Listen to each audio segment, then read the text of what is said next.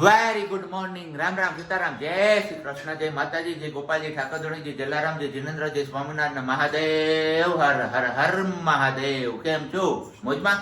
અમે પણ મોજમાં, તમે પણ મોજમાં. તો પછી હું જોઈએ ને વાલી. ગુડ મોર્નિંગ, જય શ્રી કૃષ્ણ. ગુડ મોર્નિંગ ને જય શ્રી કૃષ્ણ. તો આજે વાલીએ બનાવ્યું છે મારા માટે મસ્ત મજાનું રસાવાળું એટલે કે ગ્રેવી વાળું ચણાનું શાક ટિફિનમાં. તો ફટાફટ એક રિકેપ, ગ્રેવી કઈ રીતે બનાવી છે તે. આદુ મરચું ટામેટું ડુંગળી અને લસણની કળી ઓકે એટલું નાખીને પીસી નાખ્યું, પછી રાઈ જીરું નાખીને વઘાર. ઓકે, બસ આવીને આવી મોજો અમે કરવાના છીએ અને કરાવતા રહેશું. આગળ વિડીયો તમે કન્ટિન્યુ જોતા રહેજો, કારણ કે આજે કંઈક નવો ધમાકો થવાનો છે, એ તમે જોજો.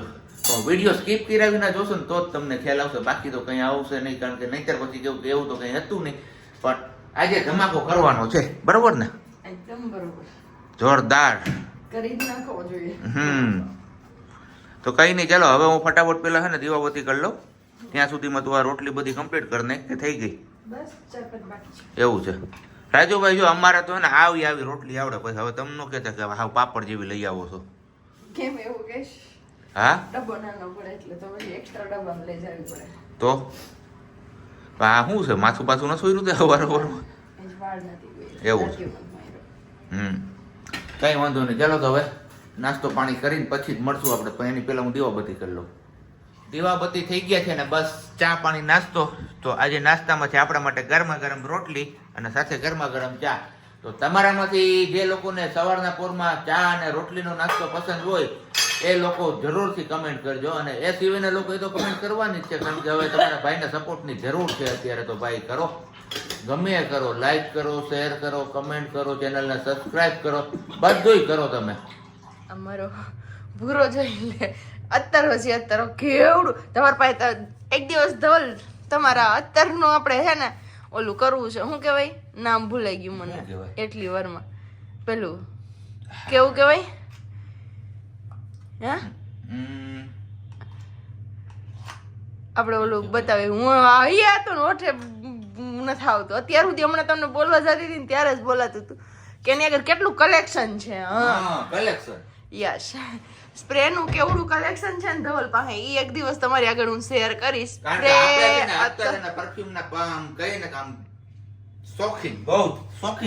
શોખીન તો ઠીક છે, પણ મને એમ છે મારું ડ્રેસિંગ નું ખાનું હોય ને આખું ભરાઈ ગયું છે, મને એવું લાગે છે. એટલે હવે જોવાનું છે, ખાલી મારા ડબ્બાનો સ્પ્રે થઈ રહ્યો છે ને ઈ જ નથી આવતો, એટલે મેં વિચાર્યું કે આજે હું ઓનલાઈન મગાવી લઈશ.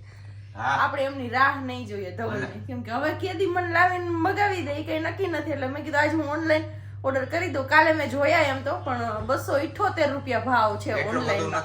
અને ઓફલાઈનમાં આપણે ડીમાર્ટમાં કેટલા લાવ્યો હતા ઈ મને યાદ નથી. અહીંયા બ્લેક કલર ની બોટલ નથી ડીમાર્ટમાં, અને મને બ્લેક કલર વાળું જે એર ફ્રેશનર આવે છે ને રિફિલ વાળી બોટલ એ ગમે છે ગોદરેજ ની. પણ હવે ખબર નહીં, અહીંયા ડીમાર્ટમાં છે ને જેપી માં ગયા તો બંધ હતું. કાલે કઈ ટાઈમ ન મળ્યો જેપી માં જવાનો. મારો વાલો એટલો બીજી હતો માવાની વાહે, કારણ કે એના કાલે માવાના ઓલા કેવાય ખજૂર પાક બનાવવો હતો ને, એટલે પાછા ગાડી હાટુથી થોડાક શોરૂમે ગયા હતા વીમાની તપાસ કરવા માટે, એટલે ફ્રી થયા જ નહીં કાવાલા. તો ચલો, અહીંયા છે આ બધી ફ્રૂટની લારીઓ. અને લાંબા ટાઈમ પછી આપણે આવ્યા છીએ માર્કેટમાં થોડી ઘણી ખરીદી કરવા માટે. જોઈએ હું લઈએ છીએ. બાકી બધા અત્યારે મસ્ત મજાની માર્કેટ અમારી ભરાઈ ગઈ છે જોશીપુરાની. ચલો, માર્કેટથી પણ આવી ગયા અને પાર્લરમાંથી પણ આવી ગયા, કેમ કે થોડુંક પાર્લરમાં કામ હતું તો પાર્લરનું કામ પણ બતાવીને આવી ગયા. અને હવે જમવાની તૈયારી કરી દીધી છે. રસીભાઈવાળી ચટણી, ગ્રીન ચટણી અને આંબલીની ચટણી, આ બધી વસ્તુ છે. ને બપોરે જમવામાં છે દહીં પૂરી. ગળ્યું દહીં બનાવીને ઓલરેડી આપણે ફ્રીજમાં મૂકી દીધું છે, કેમ કે કાલ સાંજે પાણીપુરીનો પ્લાન હતો તો પાણીપુરીની પૂરી વધી હતી. તમે કીધું આજ બપોરે દહીં પૂરી કરીને ખાઈ લઈશ. અને બટેકા અહીંયા વિસલ કરવા મૂકી દીધા છે બાફવા માટે. હમણાં ફટાફટ બટાકા બફાઈ જાય ત્યાં સુધીમાં આપણે વાલને વટાણા ફોલી લઈએ. શાકભાજી લેવા ગયા હતા, શાકભાજી લઈને આવી ગઈ, બધું ઠેકાણા થઈ ગયું. અને હવે છે વાલને વટાણા. આ છે વાલ ને આ છે વટાણા, બે ફોલી નાખી અને પછી દાણા મૂકે તો જ્યારે ઉપયોગ કરવો ત્યારે સીધા દાણા કાઢવા થાય. ચાલો, જમી કરીને ફ્રી થઈ ગયા હતા ને હવે વળગી ગયા હતી તુવેરની દાળ ને વાવલ. ભાઈ અમારે એપાર્ટમેન્ટમાં તો આવો પવન લાગે, ગામડે હવે સરખો લાગે, એટલે હાલે ન હાલે ગમે કરીને ફોતરા નોખા કરી નાખીએ અમે. નથી ફરવા ગયો છે. સિટી હોય ને એટલે ઘડી પર ફરવા જવું પડે. આવે તો થાય ને કારણ કે પવન ભરાય ને પછી પણકી લાગે તો ઉડે નાખા પછી એટલે પંખે ઉડાડી નાખીએ. સિટી વાળા મૂકીએ નહીં. બાકી જો મસ્ત મજાની દાળ બનીને રેડી થઈ ગઈ છે આપણે એકદમ મસ્ત. હવે થોડા ખોતરા છે એ કાઢવાના છે. એ આપણે દેશી તો અહીંયા ઓલો ન હોય ખાંડણીઓ એટલે ખાંડણીમાં કંઈક નવો જુગાડ કરીશું.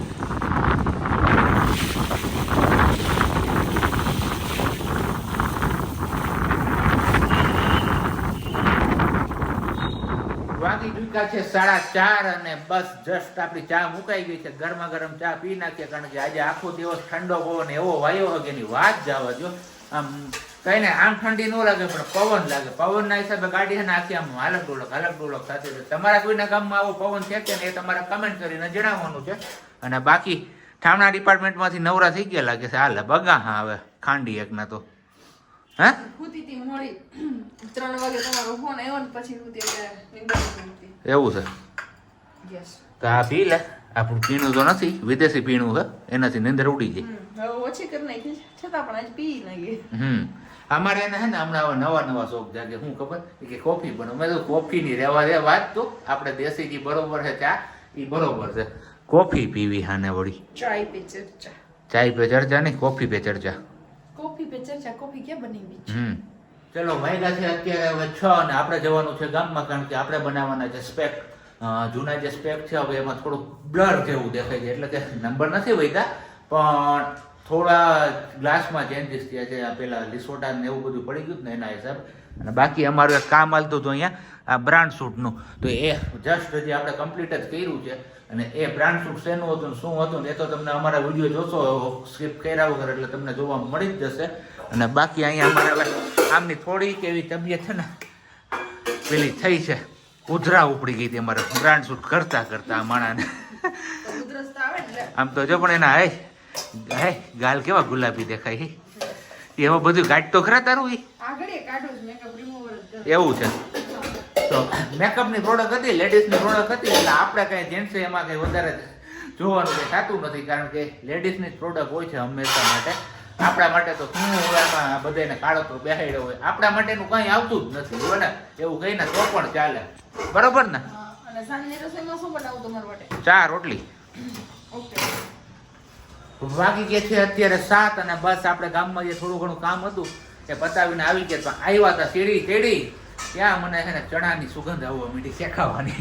તો અહીંયા અમારે ઓલરેડી ચીંજરા શું કહો તમે શેકાય છે ને. બાકી ગરમા ગરમ રોટલી ને અહીંયા છે આપણું હરગવાનું શાક જે આ ખાશે. આપણે નહીં ખાઈ શકતા, આપણે નથી ભાવતું. કેમ એવું છે? કઈ વાંધો નહીં. ચલો મલ્ટીટાસ્કિંગમાં એક થયો મારી.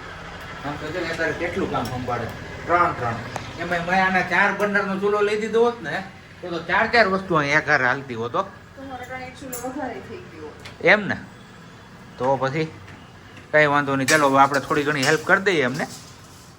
બોલો ડાઇનિંગ ટેબલ હોવા છતાં નીચે બેસીને ખાવું છે એટલે મેં શું વાત કરી ખબર છે? મેં કીધું એમાં હવે માથે બેસીને ન ફાવતું હોય જમવાનું તો કીધું આપણે દઈ દઈએ. તો 2 થી 3 વાર બોલો કે દઈ દઈ પણ હોકા રોજ ન દીધું મારા વાલીએ. બોલો.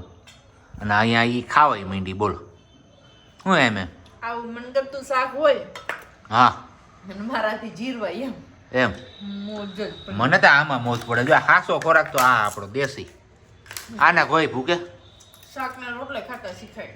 આ શું છે? ચાન રોટલો. હા તો એને શું કહેવાય? નાસ્તાનો ટાઈમ છે. નાસ્તો ન કહેવાય એના કઈ વાત આવી જાવ ઉપરથી. હિંગુન શાક ને રોટલી ખાવી હોય તો ઘણી રોટલો ખાય પણ અમારે રોટલી ખાય.